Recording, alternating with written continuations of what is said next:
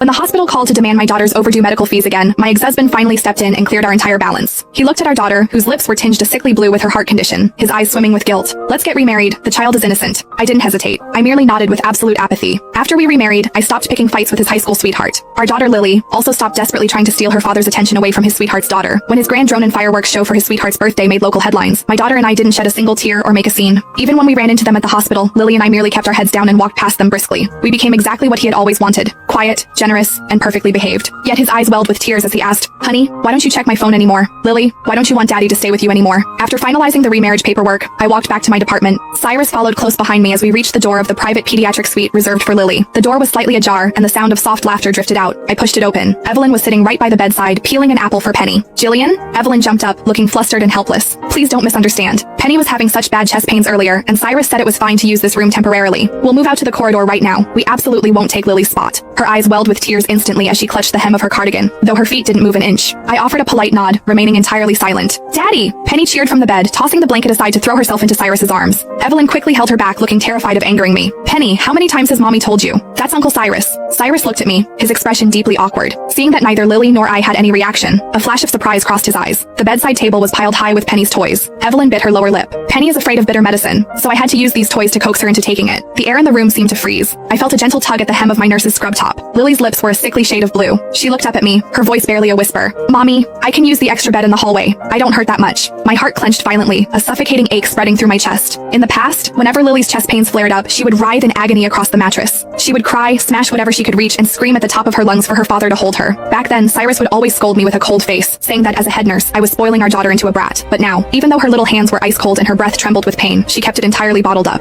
She had finally realized, only children who are loved have the luxury of showing weakness when they are sick. Cyrus frowned. Evelyn hurriedly started packing up their things. "Jillian, please don't be angry with Cyrus. We're leaving right now." She held Penny, trembling as though I were some kind of heartless monster. In the past, I would have been shaking with rage at her manipulative, fragile act, turning on Cyrus in an explosive argument. But today, I just stood there quietly, my eyelids barely fluttering. Cyrus spoke up suddenly. "Evelyn, pack your things and take Penny out. Lily's heart can't handle any noise." Evelyn froze, her tears spilling over. Penny began to sob loudly. "Daddy, I feel sick. I want Daddy to stay with me." Cyrus hesitated, looking at Penny with pity, then glanced at me. I curled my lips into a faint, empty smile. "Since you care so much about Penny, Mr. Porter, it's only right that you go keep her company." He froze, clearly not expecting me to say that. He opened his mouth but found no words. Finally he muttered, "I'll be back later," and yellowed under the weight of his guilt, quickly leaving with the mother and daughter. The room finally fell silent. I expertly helped Lily change into her hospital gown and hooked her up to the monitors. A short while later, my phone screen lit up. It was a message from Evelyn. "Jillian, I'm so sorry. Penny had another heart spasm just now, and she wouldn't cooperate with the doctors unless Cyrus held her hand. He might not be able to make it back tonight." Attached was a video.